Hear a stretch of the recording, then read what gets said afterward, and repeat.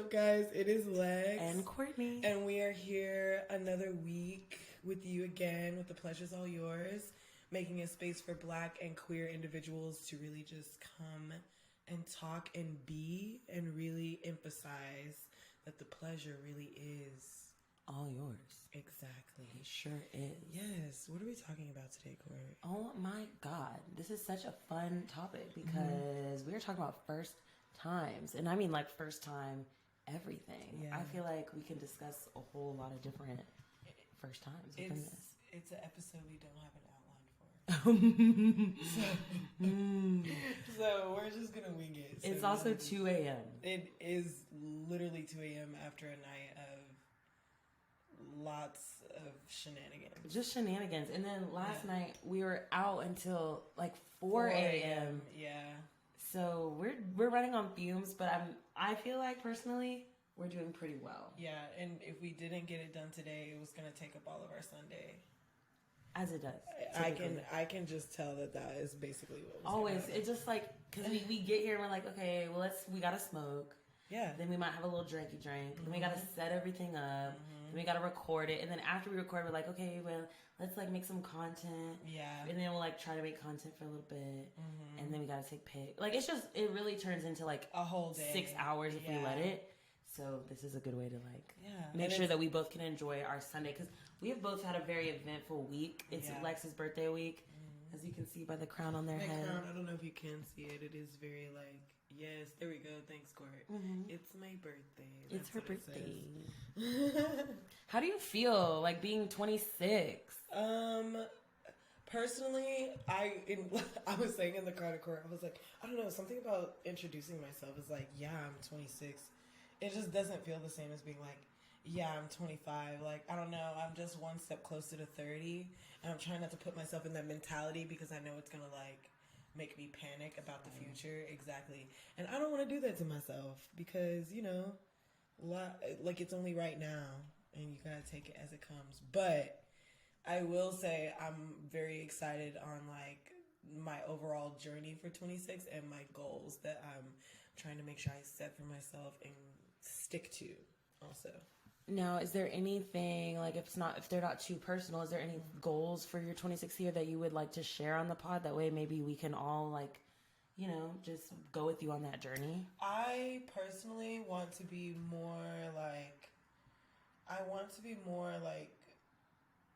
focused and intentional with the things that I do for myself, just in general. And I also want to get a better habit of being there for myself and offering myself the same like patience and consideration that I do for everyone else. Like that is like my main thing. I am a giver, as we have talked about many times on the pod. I am very much a giving person, but I also know sometimes I am giving to a fault, and I want to be more intentional about giving that same energy to myself on a constant basis, while also still being able to give to the people around me. So absolutely, I love that. The light is being weird. I think that's an excellent goal. Yeah. And you know, that's a hard one to show up for yourself the same way you show up for the people you love. But you know, we're all learning. Self-love is important. Yeah. You just have to see yourself, like you always say, as one of your friends. Exactly. Like, what would you tell your friend to do instead? I think my main problem is I'm so impatient with myself, and I also just I'm so logical about my own feelings and experiences that it makes it hard for me to feel them and experience them, because I'm like, okay, you're feeling this because of this, and that makes sense, so it's okay. But I'm like, okay, but I also would like to feel this emotion so I can better understand it. And that's something that I have a hard time doing. I blame it on the Venus Virgo, truly. Man. It's hard for y'all to confront some of your deeper emotional sentiments. Yeah, it is also just like being so logical and like my main thing is like always having a list. And I know that it's also my Libra too. It's just always having a pro-con list about whatever is going on. And like, I hate that because I don't always want to have a pro-con list, and not everything is that black and white. So what is the pro-con list going to do for you, bitch? Yeah, at the end of the day, at the end of the pro-con list, you still have to kind of make a decision. Yeah. So, yeah. And I'm just not good at doing that. Yeah. But as we learned tonight from one of our friends just pulling cards for us, it does not really matter. Either way, you're going to have to do that shit. And if you don't do that shit, you're going to be forced to do that shit. So... The universe is really going to force you down the path. It's just whether they have to, like, whether the universe has to force you down the path or whether you walk with it. Yeah. But, like, either way, you're gonna take that path. Yeah, you can either willingly go or we're going to push you to go. Exactly. Like, you don't really fucking have a choice. Absolutely. Yeah, that was, I think, what we both learned from our readings. Is that what you learned from your reading? What would you say your reading was? My reading, I would just like to make a disclaimer that I avoid the tarot cards as much as possible. Because I know that even if I'm asking the card something, if that's not what I'm intended to hear, they're not going to tell me any of the answers that I'm asking. And I just asked my friend to like, oh, just pull a couple cards, see what's going on, you know, whatever. And it was a lot of like, it's like, it was basically like, you know what you need to do. You know how you feel, you know. Deep down, you know where you want things to go. But the conflict is like that being a loss in some way and having to accept a loss for what it is, or like you can either accept it as the loss for what it is, or you can just deal with what you have going on, whether or not it's a loss. But it also pointed out that like staying in the comfortability of just not doing anything is also not going to be positive for either people. Mm-hmm. So it's just I hate when the cards tell me shit I don't want to hear, or like it's not like I don't want to hear it, it's not what I wanted to hear right now. Like I don't want to be dealing with that shit right now. Mm-hmm. Now you got me deep in my head and shit. Now I don't know what the fuck I'm supposed to be doing. Yeah. What about you? Court got a very detailed reading today. Yeah, I did, and I fucking loved it. Like, shout out to Ren. They're the shit. Honestly. Yeah, I got a really good tarot reading. But what I was telling Lex is, like, I felt like it was a great tarot reading because it didn't tell me anything, like, necessarily that I didn't already know.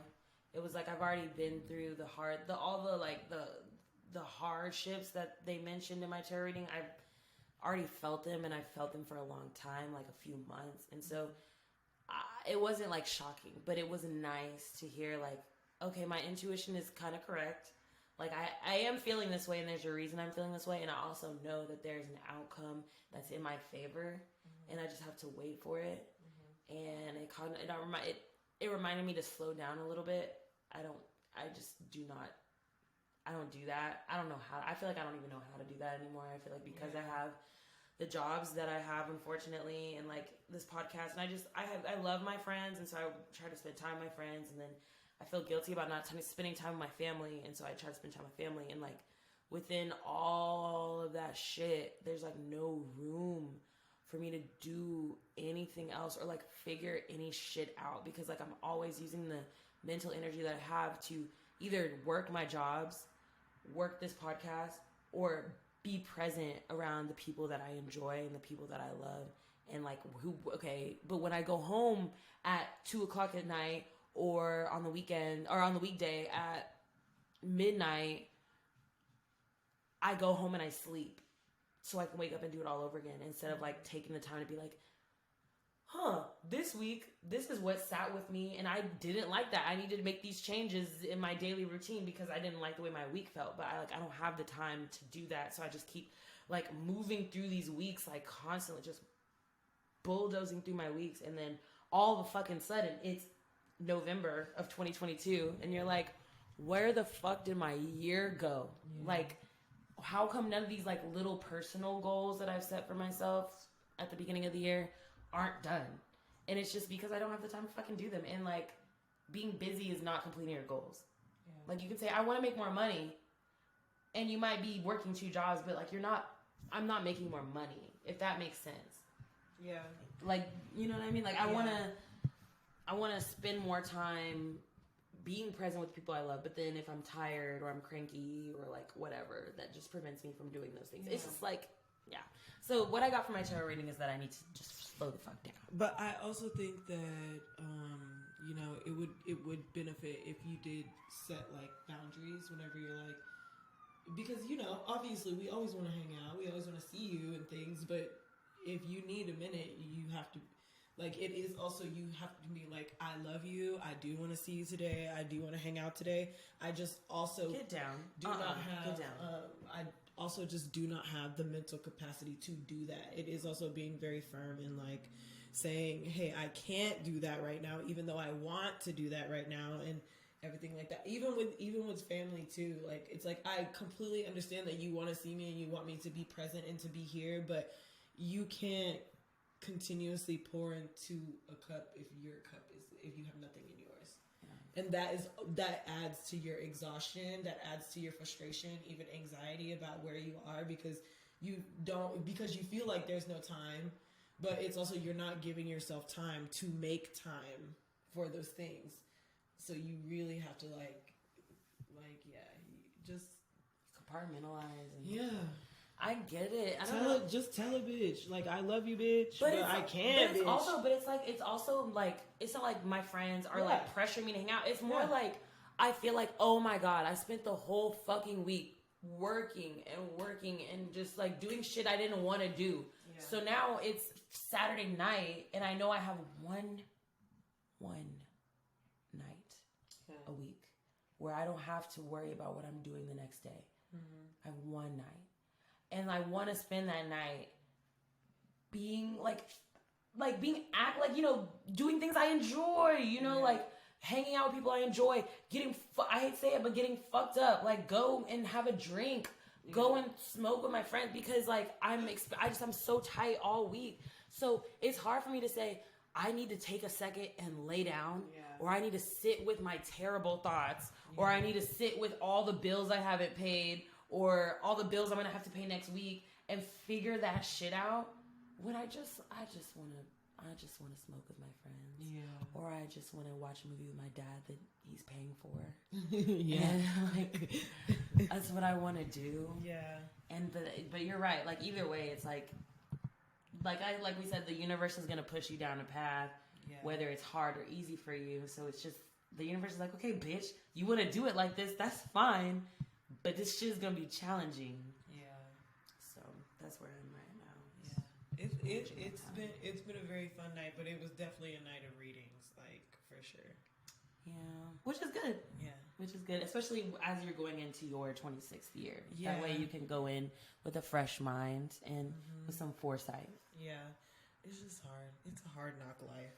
Like, it's a hard knock life. I'm just very conflicted. It's not like I'm more conflicted than I was before, but it just is like, I hate when the cards just lay it out for you like that. Like, you got me feeling real crazy, bitch. You got me feeling real, what the fuck?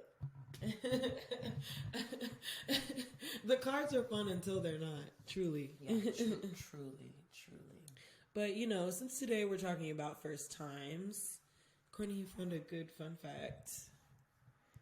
Wow, do you remember it? I remember it if you don't remember. Wow, I actually don't remember it. Okay, good thing I made note. So we were watching this video, and it was this woman, and she was basically talking about like all the different things that like people have called a poussée over the span of time altogether, and one of them was a cabbage. And so we thought it would be funny for our fun fact to be, how there are, a pussy is called a cabbage, and there are also Cabbage Patch Kids.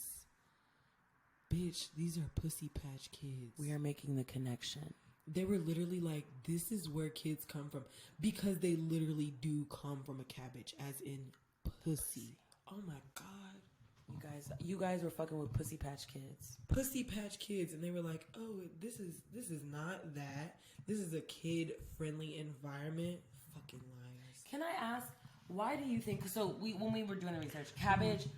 This was like an old British term, old English, right? Mm-hmm. Where do you think they got that from? Like, what about pussy says cabbage to you? I think it's either right off the bat. I think it's like when you steam cabbage and what the flex leaves look like. Mm-hmm. And when you look at a cabbage before you pick it, a cabbage head, also a flower. Yeah.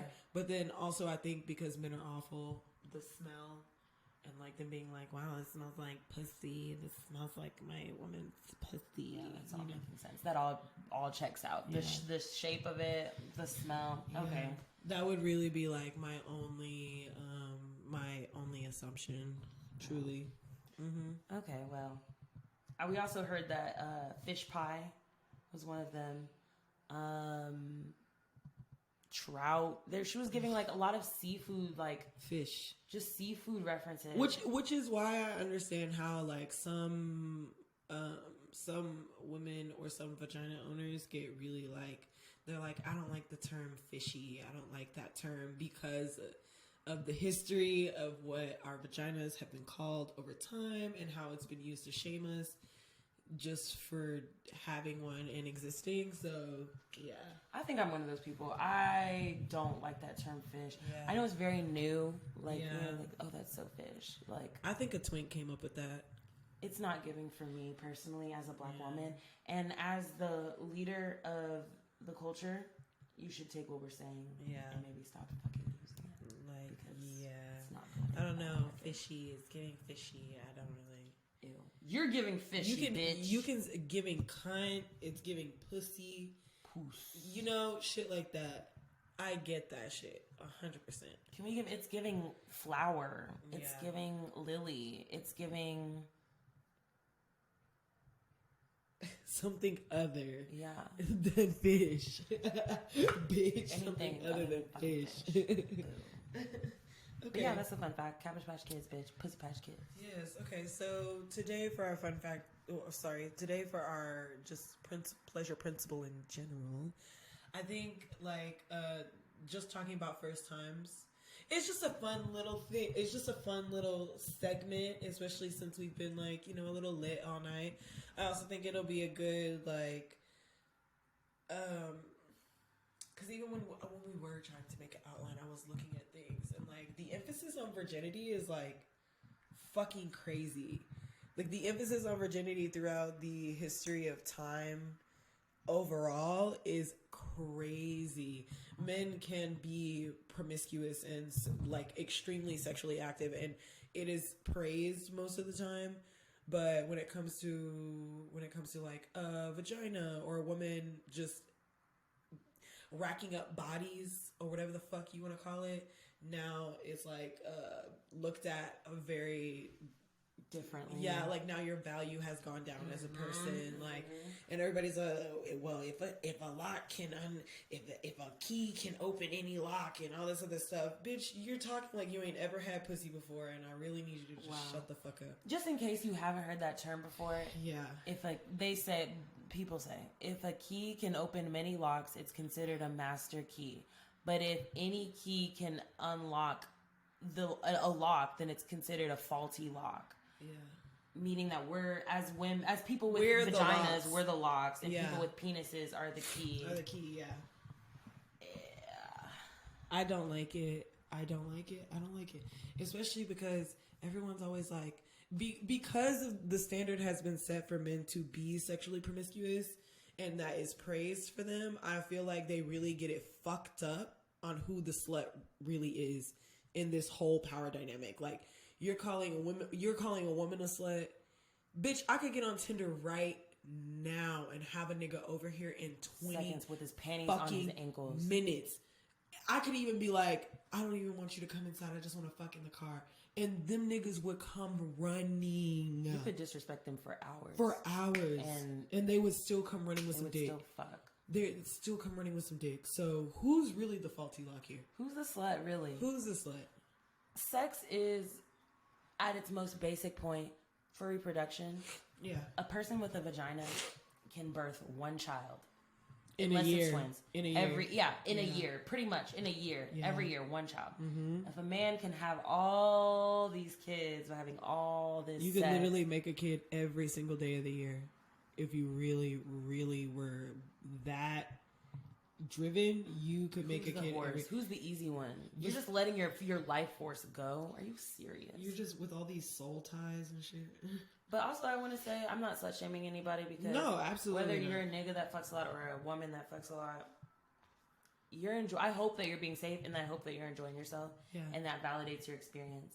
But to put all of this pressure, especially on people with vaginas, about their first time and when to share that, who to share it with, and like what your value is as a person, it's really sad. And I hope to like be able to appropriately like explain that to my child as they move through, explain that to my future child as they move through this space and this journey. Like, make sure they know, like, respect yourself and know when it's the right time and when it's not the right time, but that deciding whenever that is doesn't decrease your value. And no matter how many times you do, like, just like, no matter what you're doing, as long as you yourself are respecting yourself, whatever actions you are doing, that doesn't really matter. Do you hold respect for yourself despite the fact that you're doing all these things? Okay, then you have self-respect. And you do have morals and values and all these other things. You just a bitch that want to fuck. And that's still completely okay. Like, again, completely okay. It just is the system that we have set up between the sexes. And also how the orgasm gap is huge compared to, like, hey, this many women aren't having orgasms, but this many men are having orgasms, and the number is so huge on how many men are having orgasms, because it is very much like, well, we can do this and it's fine. And it doesn't really matter if you're having a good time. It just matters the fact that I fucked you, you know? Yeah. Like, women are more used. Than appreciated. Yeah. Or than being seen as a active part of the decision-making process and like the actual physical act. Because if you're both consenting adults and on the first date you're like, oh yeah, I'm gonna fuck this nigga after this date, and both of you consent to that, neither one of you loses value for doing that. You are two adults. You made a very adult decision to do what you guys want to do together, and I feel like that should be it. That should be enough. Yeah, truly. And then doing it like I said, doing it safely is important, because that's also a part of self-respect. If you're not, if you're practicing risky behaviors like having unprotected sex with multiple partners, not getting tested regularly, putting yourself in situations that might be deemed as unsafe, like maybe I hate to like give examples because it just kind of depends on the person, but like, if you're making choices that would put you in unsafe situations, not just like STDs, but just the environment that you're in, I'm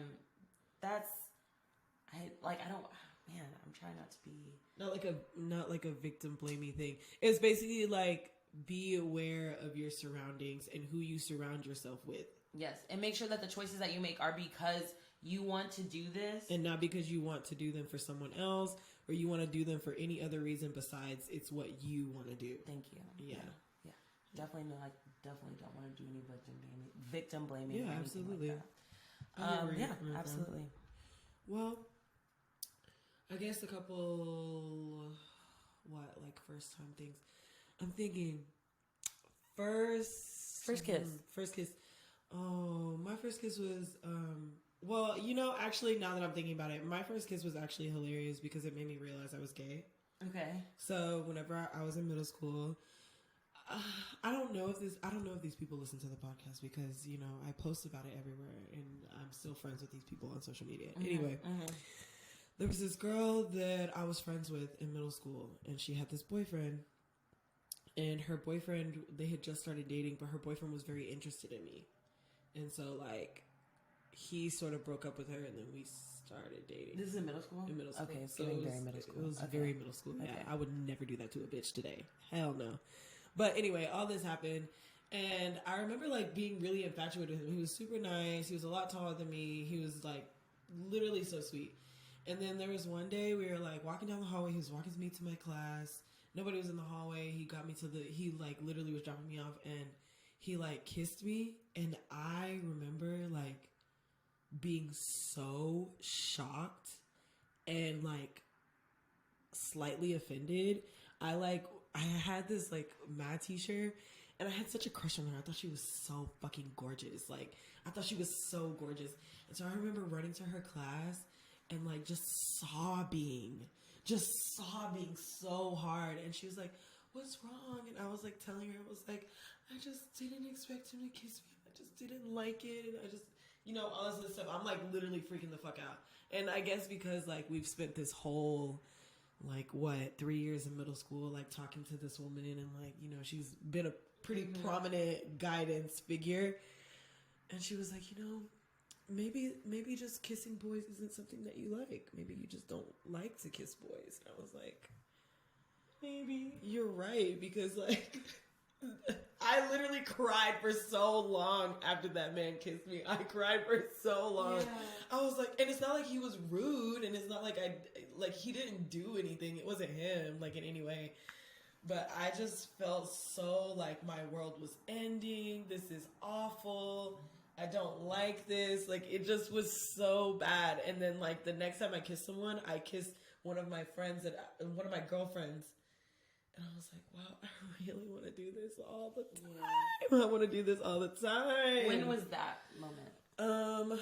I think that was probably like later in my, like, because this happened in maybe like 7th grade. And so it was probably like 8th grade when I finally actually came out to my friends and stuff.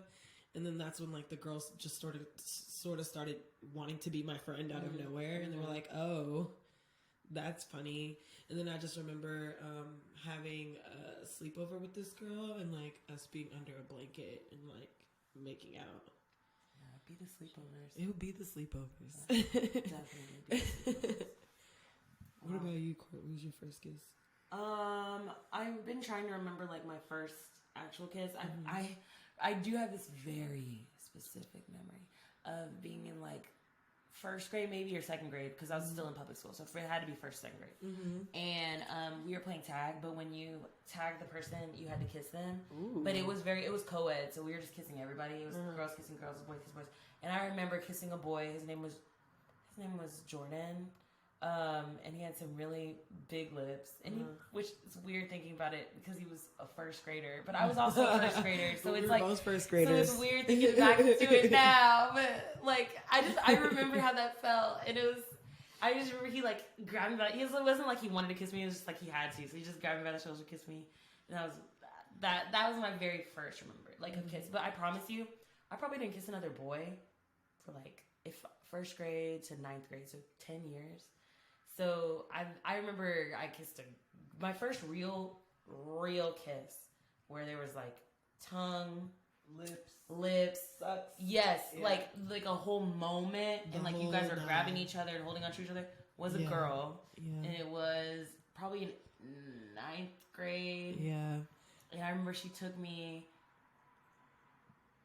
I'm trying not to say too much. Okay.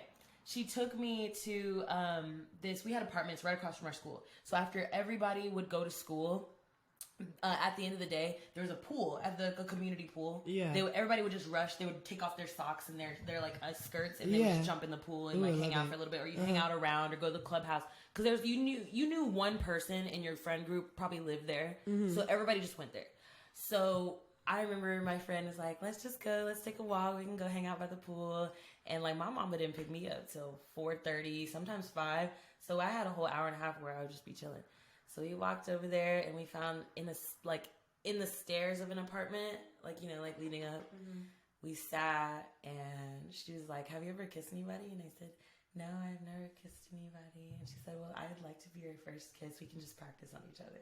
I love that. Absolutely. That's how it went. And I remember like 4 of our friends, because we had a very small class, so everybody was our friend in the class. It was 120 people. But like 4 people that lived in the apartment all walked right by us. That's the only reason we stopped, because we were making out in that stairwell. And then like 3 or 4 people we knew walked by, and we're like we pulled away from each other super fast, and like I was breathing all heavy, and like, let's just go back. Guess we should just go back. But like I definitely remember very well that moment. I hope that that's something I remember for the rest of my life, love that, because that was great and it was cute.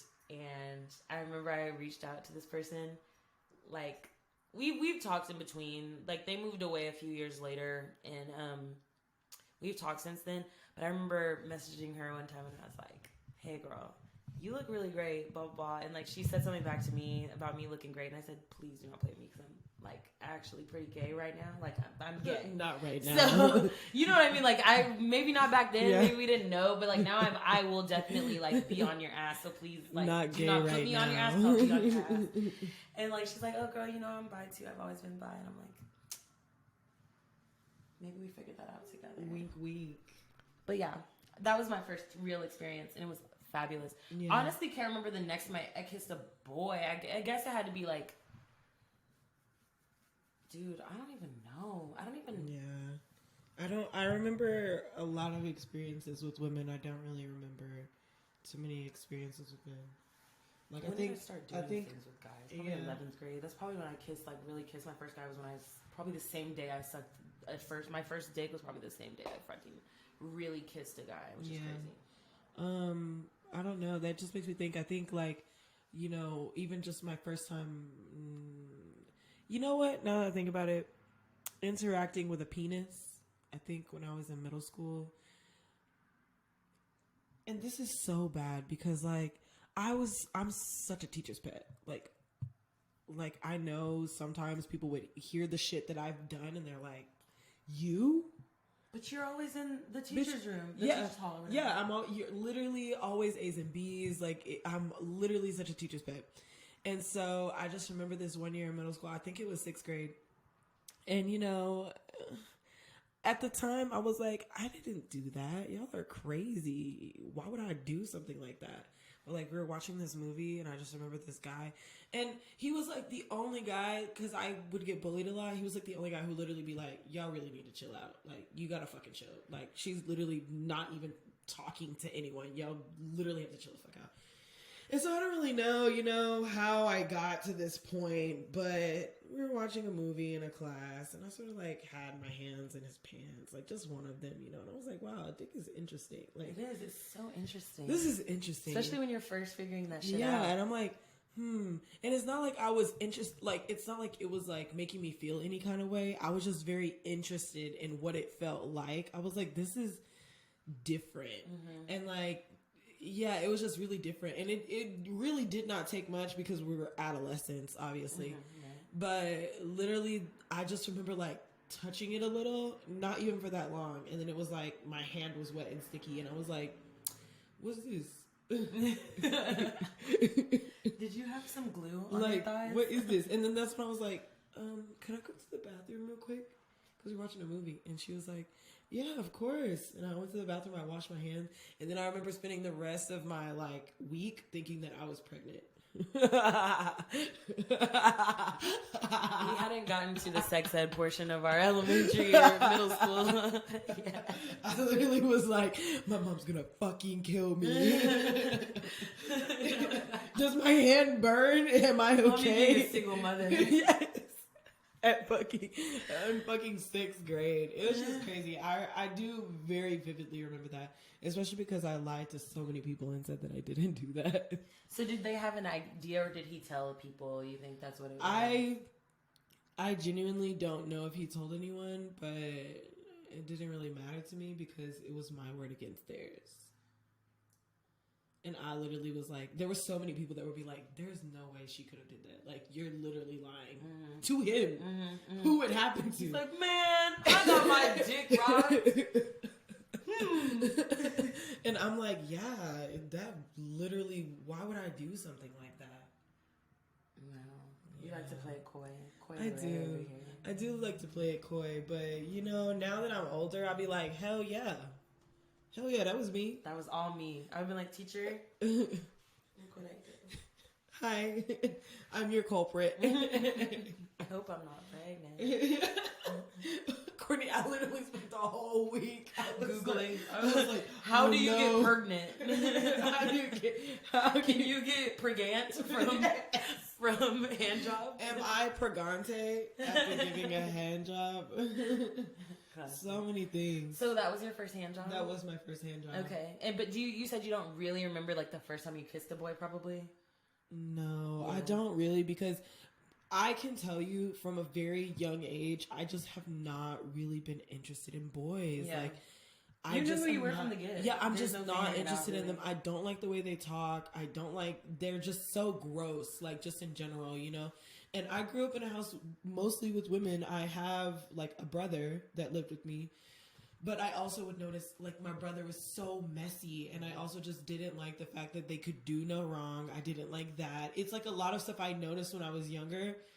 I was like, I don't like this. I would prefer to be around women and to be near them than to deal with anything that has to do with men. And that is just always how I've been. I gravitate more towards my female teachers, towards just the different women in my class. Like, it's just things like that. I never really gravitated towards the boys, like, ever. But they always gravitated towards me. Like, always. It didn't matter what I wore or what I said or anything like that, but I also personally think it's just because I was such a good girl. And they're just like, wow, oh my God. Good girls go bad. I want some of that. I'm like, Yeah. What are some other firsts we said we were going to talk about? I guess I can talk about my first,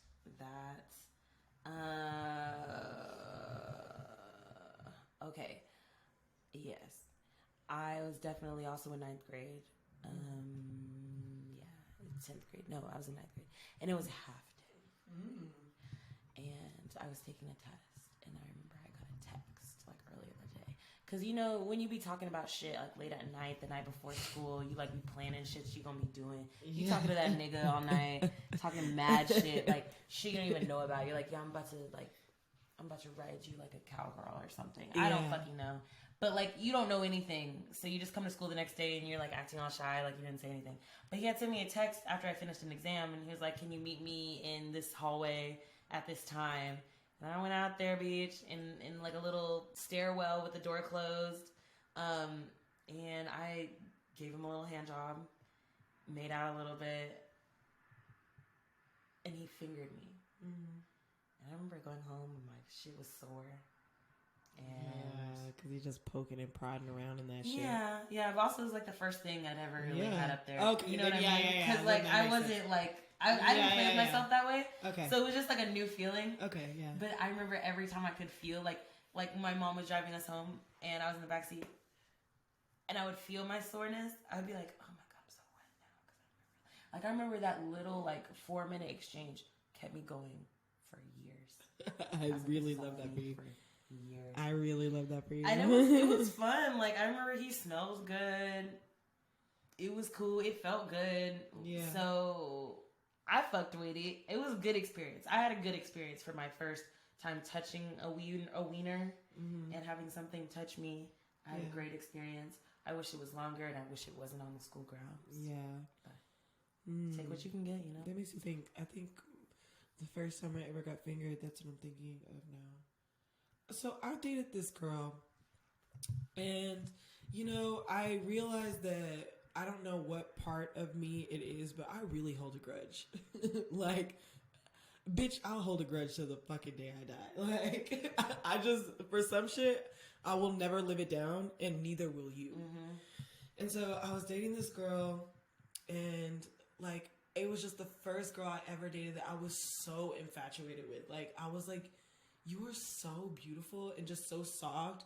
And, like, I just loved the way she talked to me and stuff. And Is this high school? This was probably 9th grade. Okay. Yeah. This was most likely 9th grade. And so she was a musician also. She played the guitar. Yeah. And she used to play... I started young. She used to play 1,000 Years on the guitar, and she'd sing it to me. Right? It was so bad. And like, she would literally get her guitar out and she'd be like, I'm gonna teach you how to play a song. And she'd like literally sit behind me and put the guitar in our lap, and she'd show me. Wow. That sounds dreamy. It was, as a young baby gay, it was fantastic. And we would sit and watch anime all the time, and she never rushed me to make me feel uncomfortable or anything like that. So I remember one day her family was gone and we were watching this anime called Loveless. I don't know if she's going to listen to this, but if she does, I hope she knows. Anyway, we were watching this anime called Loveless. It was really nice. And like, we were just sitting there cuddling, talking about whatever. And then was like, well, could we make out? And we just literally sat on the couch making out. And I remember feeling so out of my body. Like I was having such an out of body experience. It was such a euphoric feeling. And then I also remember like us switching couches to make out at some point. And then us going to her bedroom and like making out more, grounding on each other. And I remember her like fingering me and me being like, there's no way that this is what it feels like. Like literally the second she slipped her fingers inside me, I was like, oh, whoa, what's going on down there? Do you know what's going on down there? I don't know. Because I don't know what's happening. Well, she seemed like she knew what was going on down there. there. Yeah. And so it was just really nice until her family came home, and they came in so quietly that I'm pretty sure they heard us, especially because like we had to fake like we were asleep very quickly, and she left the fucking room door open. And then her dad called her out of the room, like woke her up and called her out of the room. And and then after that, I wasn't really allowed to go over there anymore. So I was like, yeah, they probably know what happened. Yeah. Oh, I already know those awkward conversations.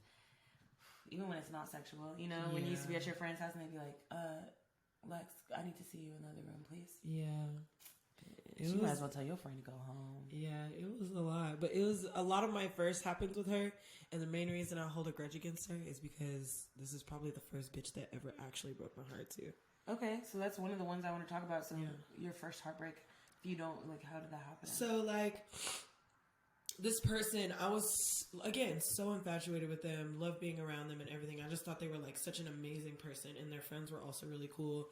They were a few years older than me as well, so it was just a lot to look up to, I guess. And we dated for maybe like 6 months or so.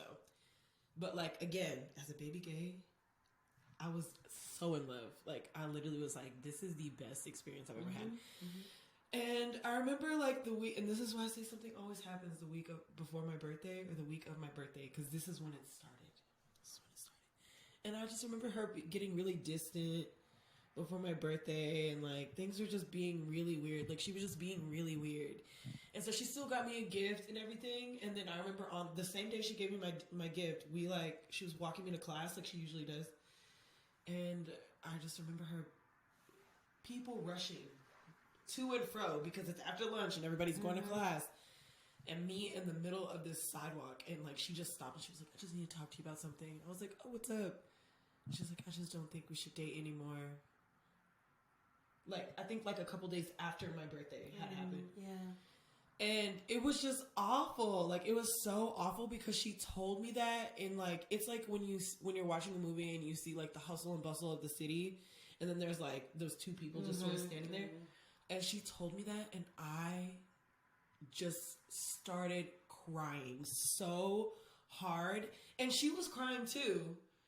And then she just sort of walked away from me. And then I just stood there with all these people rushing around me, fucking crying my eyes out. And then one of my teachers that I was like usually with after school and stuff, I just hung out in her classroom for the rest of the fucking day. I was like, this is the worst fucking feeling I have ever felt in my life. And it was just really bad because even after us not being together for a while, maybe like 6 months later, she comes back around and she's like, oh, you know, I want to go out. Like, let's go out. Let's have a picnic. Like, let's just chill, whatever. So we go do that. And I'm so excited because I still love this girl, even though I'm like, it's fine. We can be besties. It's fine. And so, like, we get to the park and we have this picnic. We do everything that we usually do. And then when I go to drop her off, she, like, kisses me in the car. And, of course, I'm so excited. Absolutely, this is exactly what I want. And then, like, the night ends, and then the next morning, I'm like, you know, if you want to meet me before school for breakfast, like, I would love that. And it's not like I was expecting anything from her, but for her to rebuttal that statement with, last night was, like, just a kiss. I don't want you to, like, read too much into it. I was like, what? Like, how can you expect me not to? Like, what? So it was just heartbreak all over again. Yeah. So, yeah. That was my first heartbreak. It was very happy 4th of fucking July, bitch. It was very gay, very emotional, and I'm not upset with her, but I do hold a grudge against her for doing that shit around my birthday. Cause what the fuck? You started all of this, bitch. What the fuck? Oh. What about you, Cor? What was your first heartbreak? I don't know, man. Like, I feel like I've had a lot of mini heartbreaks, and heartbreaks that felt like heartbreaks at the time that probably weren't heartbreaks. But the one I can really recognize, like bringing me to like a pit, was definitely in college. Actually, when I really liked this guy, like a lot, because we met on Tinder, and mind you, this was probably 2015. So like, I feel like Tinder when it was decent to meet someone on Tinder. Yeah, it was very normal. Like that was the only Tinder option today is fucking and awful. I went to college in Lubbock, so I went to Texas Tech, and that's all you got, bitch. So you gotta your Lubbock Slim Pickens were your Lubbock Slim Pickens, and all the motherfucking Lubbock locals, which we call the people that didn't go to Texas Tech, that just live in Lubbock for their lives. That's who you got on Tinder for the most part. Anyway, so I met this guy. He ended up going to Texas Tech, but we liked the same music. We liked the same movies. He was just very articulate, very friendly.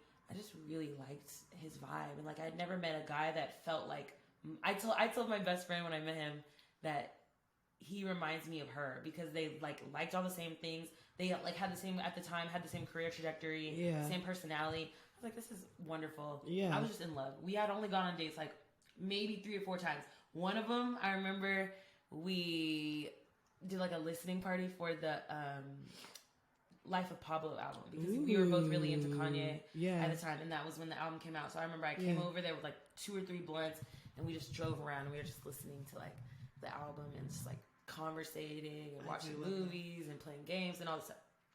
Anyway, I felt like because of who I was at the time, I was just very insecure about myself. I didn't have any. I really had no confidence, and for a lot of different reasons. I had a lot of shit going on that year of college. I was in a place where I just didn't feel like I had anybody. So I was like, I just felt like this person, I just grabbed onto them, you know? And I was like, ran with it. Anyway, I felt like I was being too overbearing, and he just kind of like ghosted away a little bit. Not like fizzle out. Yeah, he just kind of like fizzled out. Like he just kind of stopped replying. Bitch, I cannot believe I'm sharing this because it's really embarrassing. But like, I remember being in my dorm one day after like one of the days after he kind of stopped talking to me. Like I kept texting him and he just wasn't responding. And I was like, wow, what if he died? I'm actually really convinced he died. And like, that's why he didn't text me back. And like, I can feel his spirit in my room right now. I know he's here, because there's just no way. Like, we are so in love. Like, there's no way he just stopped talking to me. There's just no fucking way. Yeah. His dead spirit is in the bed with me right now, and I'm gonna let him fuck me. And you fucked the ghost. Bitch. I fucked the ghost. I did. Hey. I did. I fucked an imaginative energy field. Like, I didn't like fuck air, but like, that's what it felt like. I felt like I was fucking my lover that had passed because he didn't text me back for 3 days, bitch. That I was in the trenches, okay? I don't even know if that was like hard. I don't know if I was depressed the fact that I had sex with a ghost, like, or the fact that I was heartbroken. But either one, I was not happy. And I was not happy for like a long time. And it's ironic because that same year, 6 months later, I met my first longtime boyfriend of like 2-3 years. So it's funny how shit just really doesn't matter. Yeah. But I mean, and you know what's crazy? I talked to this person today. Like, I would consider us friends today. This person that ghosted me, that I had sex with their ghost, that they're clearly still alive. We are friends. Like, so they're clearly still and alive. I wonder if they listen to the podcast, and if they do, please don't message me. No, message me. I guess I want to know. Message me if you know that this is you, because I would love to talk about this with just you. To rehash it. Just to let's revisit some things. I want to know why. What was going on? I want to know why. Because I don't know how we started talking again, but we did, and like, we're just friends. They live here now, so we've gone out like once or twice here, and it's been real chill, real cool. I like conversation. It definitely wasn't like I feel like it's not anything romantic, and I don't feel the same way about them at all. So it's cool. But that was definitely my first heartbreak where I was just, man, I was like, I couldn't go to class. Wow. I felt like I was dying. Now my bitch really fucked up. I was fucked up. I'm so sorry you had to go through that. Yeah. But it definitely wasn't my last heartbreak, and it wasn't my worst heartbreak. It was just my first. That is true, yeah. Yeah, definitely not the worst. Definitely. I feel like we made notes on another one. A few. Let me see. What was the other one? Kitty litter. Yeah, we got it. Okay. Do you remember your first orgasm at all? Yes, I do. Please tell me. It was probably my junior year of college. I turned 20. It doesn't have to be an orgasm with another person. Okay. That makes me rewind. Yeah. I don't remember my first orgasm because I don't remember my first orgasm, but you can tell me. I remember my first one because it was the first day that I discovered that, like, wow, a pillow between my legs feels really good. Yeah. After that was it. Like, I don't know. I just remember one night being in my bed and, like, it was just after I remember, like, I just remember, like, the day having a lot of stuff in the day. And, oh my God. And I took a shower. And then I remember I got into my bed. And I just, like, sort of cuddled at my pillow, you know? And I just put it between my legs. And I remember adjusting my body. And it was, like, where my clit was and where the pillow was and how much pressure I was putting it. I was like, what is that? And so I just kept sort of rocking with it. And then, I don't know, the first orgasm sort of felt like I didn't know if I was okay. Like, I literally was like, is this okay? Am I going to be all right? Yeah, like, what just happened, you know? And I'm like checking my body and stuff. But after that, you could not get me out of my room for a minute. Like, once you discovered, like, how to get it, it was okay. Yeah, and now I've had people send me, like, videos of, like, a girl rubbing her pussy on, like, a corner of a table or a couch. Yeah, and they're like, or even, like, on the counter, how there's a corner right there. And someone was like, wow, that looks really painful. And I'm like, okay, but here's the thing. It's not the corner you're using. It's the surface right above the corner and the fact that there's nothing behind you. So I do remember, like, on the edge of my tub and, like, just literally, like, rubbing my pussy on it. Once I figured out, like, that shit felt good, I was like, what are you doing so long in the shower, bitch? Did you, like, ask anybody or tell anybody about this? Like, did you have friends who were like, bitch, I tried this weird thing out and it worked? Or, like, were you like, Mom, this thing happened to me? Like, did you tell anybody? No, and I didn't tell anyone just because I thought... I didn't tell anyone because I genuinely thought that, like, it's something I wasn't supposed to be doing. I don't know why it felt like that. It just felt like it was something I wasn't supposed to be doing. Yeah, it does. It does. Yeah, just generally especially as a kid, you know. Especially because it has so much to do with your genitals. I literally was like, well, I'm not supposed to even be doing this, bitch. So. I'm not supposed to be touching them. I'm not supposed to be talking about them. Other people aren't supposed to be touching them. We're talking about it. Exactly. So I never really said anything to anyone. I don't think I ever talked about, like, orgasms or masturbating until I got to, like, maybe, like, my junior year or so.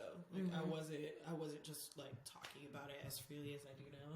Yeah, absolutely. I think same. Like, it wasn't really, even our friend group, like, I'm always really surprised. 3 a.m. now. It is 3 a.m. now. Yeah, I'm always really surprised by our friend group because sometimes we'll ask them questions pertaining to the pod because it's like, oh, this is what our episode is on this week, and sometimes it's really surprising hearing what our friends have to say.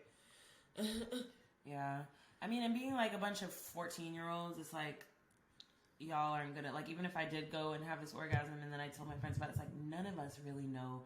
What the fuck, unless, like, one of y'all had an older sister, you know what I mean? Yeah. That explained everything, and then you have that one friend that thinks they know it all about everything, which I definitely had, but, like, it was helpful. So yeah, I don't think I had a real orgasm though. Like, even when I would masturbate as a kid, I just think it was more like a moment of, like like a shiver. Like I cannot place that I have an orgasm the same way I have today by myself. Oh yeah, absolutely that I did not. 10 years ago. Yeah, absolutely not at all. Yeah, no, not at all. Not even the first one. I don't even think that anything has like. Yeah, and I think that really just comes from knowing your body more, and also your body being used to the feeling of like, this is pleasure, this is what it is, this is what it does, you know, all that shit right there. Absolutely. Yeah. That's a good point. Yeah. Okay, well, of course, we have to talk about the big one. The first time you had intercourse with either sex. Full blown. Oh, God damn, that's like. Okay, I will talk about the first time I ever had sex with a man, because it was something I never thought that would happen. And I was maybe like 16, 17, and I was working at a pizza place in my hometown. And there was this guy that worked there, and, you know, he was like a cute Hispanic guy. His girlfriend was like this tiny white alternative bitch, you know. They were very like, they were the bitches to be in the workspace, because they were just so fun and like just out there. And so I just remember, and this is what I say, like, this is probably what shaped my polyamory brain, is because like once I met them and like we started hanging out a lot, I really just sort of got introduced into their dynamic. Anyway, there was one night, all of us were going to hang out. We were waiting for the girl. I don't want to drop any names, because I'm telling you, I don't want to drop any names. But anyway, me, all three of us were supposed to be hanging out. She was working late. And then it was me and him. We were just literally hanging out, watching TV. And so, you know, we're just laying in the bed, just kind of hanging out. And I'm like, wow. For some reason, I'm like horny. And I don't know why I found myself so attracted to this man. I think it was because, like, anybody even looked or talked to me crazy, that nigga would be like, excuse me? And I just really like that. Mm-hmm. Like, yes, stab this man, because he's fucking safe. Yes. So I fucking love that shit. So we're just laying there caressing at each other, like literally just chilling. And then I don't really know how it got to like dick out, but it just sort of happened. Dick out like that. That's how it be happening. Yeah, and then I remember like laying on my side and like getting dick from the back. And you know, everyone's like, oh, your first time with a penis is gonna hurt. Like, it just felt so good. The second that shit slipped in, I was like, oh no. Your first time was on your side from the back? Yeah. And it felt good? Yeah. Wow. I literally was like, this is so crazy. And then I also remember like, it's not like it didn't really last that long, but I remember like it feeling so good and me not wanting to stop, and then him being like, I'm gonna come, and me not listening. Mm-hmm. And then him being like, this is not safe. Mm-hmm. And then sort of pushed me up, you know? And I was like, wow, I'm actually very disappointed right now. I was having a great time. You ruined it. Yeah. But even now to this day, I'm still so surprised by that, because it just really came out of nowhere. That's amazing that you had a very positive, like sexually pleasing first experience with sex. Yeah. That's so not rare, but like you don't hear about it too often. Yeah. You don't hear about the great moments. And then once I had that and it was a positive experience, that's when I really started like exploring my sexuality with men and things like that. Because I'm like, if it feels like this, and if I can enjoy it like this with this person, I know that there has to be like another person or another connection similar that I could do this with. And you said they were a poly couple? Yeah, they were. But then I found out later that he lied to her about like what we were doing. And the only reason I found out is because like maybe a few months later we were like chilling, we were just talking, and I mentioned it, and she was like, what? And I was like, what? And she was like, no one told me that this was happening. And I was like, he literally has told me so many times that he's told you already. I don't know. And like, she was always so sexual with me also that I was like, oh, then yeah, she obviously. Yeah. Now he told you, that's why you're being extra, like how you are with me and everything. And she was so pissed. She was mostly pissed at him. Yeah. But she also was like, I just couldn't believe you didn't tell me. And I was like, I didn't tell you because he said he told you. And so I just didn't really see the point in also saying something. I don't know. But you know, you put your trust in a nigga. Stupid hoe, how you figure? Come on now. What about you? When I lost my virginity, I was 18, my first year of college. It was the first snowstorm in Lubbock that I had ever been in. And the guy picked me up the night before the snowstorm. And it was a school night, so it was like a Tuesday night. And he took me back to his house. He was way older. If I was 18, he was like 35. I think he was I'm sorry, pause. That's crazy, but... Yeah. I met him on Tinder. That's insane. It was a Hispanic guy. He was 35. Yeah. But he was really cute, though. He was. He was like... 35. You were still a child. I know, I'm sorry. No, I know. I get it. Like, you're right. I'm literally like, what? No, you're right. Yeah, you're right. It was out of pocket. I did a lot of unsafe things in Lubbock because of how I felt. And because of the place that I was in, I just felt like I had to take what I could get because I was in like a predominantly white school in a predominantly white town, and I was at the time, I didn't look like I do now, and I didn't feel like I do now, and so I just was not mentally there. So I just made a lot of bad decisions, and maybe I'll go into detail someday. But anyway, this particular situation was my first real experience with sex in Lubbock. So he picked me up, took me home. He cooked for me, made me hot cocoa. We talked for a long time, watched a movie. It was chill. And then he went down on me, and it was the worst. It was the worst. But I had never had my pussy eaten, so I didn't know what that was even like. So I didn't know that I know now that it was not good, but I couldn't tell then. I thought it was good. And I probably was pretending that it was good too because I thought that's what I had to do. Yeah. So he was eating my pussy is just he's one of those guys that do like this. Not the tongue pokes. Not the tongue pokes because you feel weird about pussy. Yeah, I'm like, dude. You're 35. You should have just not eaten it if you didn't want to eat it. That's cool. I wouldn't have known the difference. Stop playing with your fucking food, bitch. But then anyway, he drops his motherfucking trousers. I'm still convinced to this day, y'all. After seeing regular dicks, I am so convinced with my whole heart that I fucked a micro penis that day. I promise you, because I've never seen a small, a penis that small in porn, on TV, medical history books. Never really seen anything like Maybe it, bro. That's why he was fucking 18-year-olds. But I didn't, and I think that too. What? Because what reason did he have to go be looking for 18-year-old girls or whatever? Yeah. Anyway, he had a really super small dick, so small that the condom I remember did not even really fit right. It was hanging off. Oh no.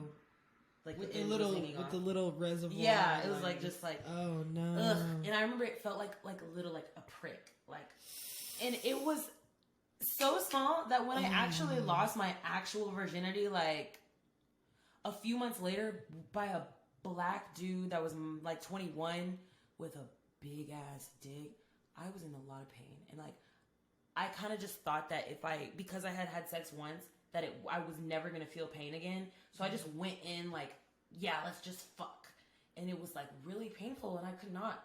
It just did not make sense as to why. But it's because one, the first nigga's dick did not even break my shit. I mean, hymens are not really a thing. Yeah. You know, you can break your hymen, especially in how we live these days. You can break your hymen a lot of ways. You can break your hymen masturbating. You can break your hymen riding a bike. You can break your hymen riding a horse. Yeah. You can break your hymen washing too hard in the bathroom. You could break your hymen so many different ways. You could break your hymen being a gymnast, being an athlete. So it doesn't matter. But I guess he just didn't even stretch my walls, bitch, because I was definitely still a virgin when I left his house. Wow. I just didn't know it. That's crazy. That was my first experience. And then, bitch, like I said, it was a snowstorm, so we got snowed in. He couldn't drop me off until 15, 20 hours, the next day. Because he couldn't drive on campus because the ice was so bad and the snow was so bad. Wow. So we ended up having to spend a whole lot of time together. And it wasn't fun. It wasn't necessarily fun. I don't even really remember it. I just remember watching a bunch of movies, kind of chit-chatting, and drinking a lot of hot cocoa. Wow. But yeah, that was my first sexual experience. And then my second one with the big dick was wild. I just remember Talladega Nights being on the TV. This dude, he went to Texas Tech. He was 21. he said that he signed up too late to find a dorm, so he had to find off-campus housing, which a lot of people have. Mm-hmm. This nigga said all the off-campus housing was full. Guess where he lived, bitch? Where? A nursing home. With a nursing home. It was like he lived in a studio apartment that was like an assisted living where all like the old people live. You had to scan in twice to get in because they were watching people come in and out. It smelled like Ben Gay. Oh, no. He knew all the old neighbors. And so it was just him in this nursing home, fucking the shit out of me. He did not give a fuck that I did not know what I was. That nigga just tore my shit up. And I really liked him too. I was not, bitch. Don't mind me. I was a young girl, like having sex with people I didn't know, and like kind of like you get feelings, like you attach feelings that aren't necessarily there with things. Yeah. But yeah, that was interesting. I will say I do realize, and from like the stories you've been telling me, a lot of us do use sex as a form of self-harm, which is not good. So we've already emphasized, make sure you're doing things because you actually want to do them. Because if you're just out here fucking and sucking because you're sad, because not even just because you're sad, but because you're running, because of any other validation. Yeah, I think that's why I was personally doing it. But any other reason than like not actually like wanting to do it, then you just shouldn't be doing it. Yeah, it'll make you feel so much worse. It'll make you feel so much worse, so much more confused, so much more like, what the fuck? Like now you're questioning shit, so. I had a lot of unpacking of that and like healing to do when I got in my first relationship. Yeah. Sex, like I used sex kind of like as like a way to keep somebody around, even though he was not around for my sex, but like that's how I felt. So like anytime he wanted us to have sex, even if I didn't, I remember just like letting that nigga do it, and I would literally just lay there. And like sometimes he like eventually he was like, please, like, you cannot keep doing this to me. That's terrible. Like, why do you do this to me? Why do you do this to me? Yeah. But I was like, why wouldn't I? Like, you, like, it just, don't use sex for self-validation. Don't use sex to, like, cover up any issues in your relationship. It's just not going to work. It's not worth it. And don't use sex as a way to, like, also to see how someone feels about you. Yeah. Because sex is just an act. It is just an act. Like, sex is sex. That's it. And you can't also like seek how your partner feels about you based on sex. Absolutely. You have to communicate. Yeah. I mean, sex is a great way to. It is absolutely a great way. Yeah. It's not a great way to don't make it the problems. basis. Yeah. Don't make it the base of like your partner loves you, but maybe they have a lower sex drive than you or something like that. Just don't take it personally, I guess, is like the main thing. Yeah. All my youngsters out there, all my young gals. Yeah. Man, be better than me. Just know your worth and know that eventually that person that can make you feel all the things you want to feel safely is going to come. Even if that's not in a relationship. Yeah. Even if that's just a friend that you're like, friend you can keep. Yeah. Or, what a something, great song. Yeah. Like something like that. Just give yourself the time to like find the right people for you to express yourself sexually. Because you always will. Like that's the thing. And I always say I'm such a picky bitch, but I'm a picky bitch and I find jewels from being a picky bitch. So even if that takes however many years or months, bitch, be as picky as you want, make your standards higher, as high as you feel like they need to be, until you feel like you have like the right thing that is meant for you. Because you deserve that shit. Absolutely. Yes. Wow. Well, we don't have a Reddit today. Girl, that's fine. Last week we had both of them hoes and our life was in shambles. And this week, it's less in shambles, but we don't have a Reddit. So, a win is a win. A win is a win. A win is a win. Okay, well, we hope you enjoyed this episode. We hope that you learned a little bit more about us. Yeah.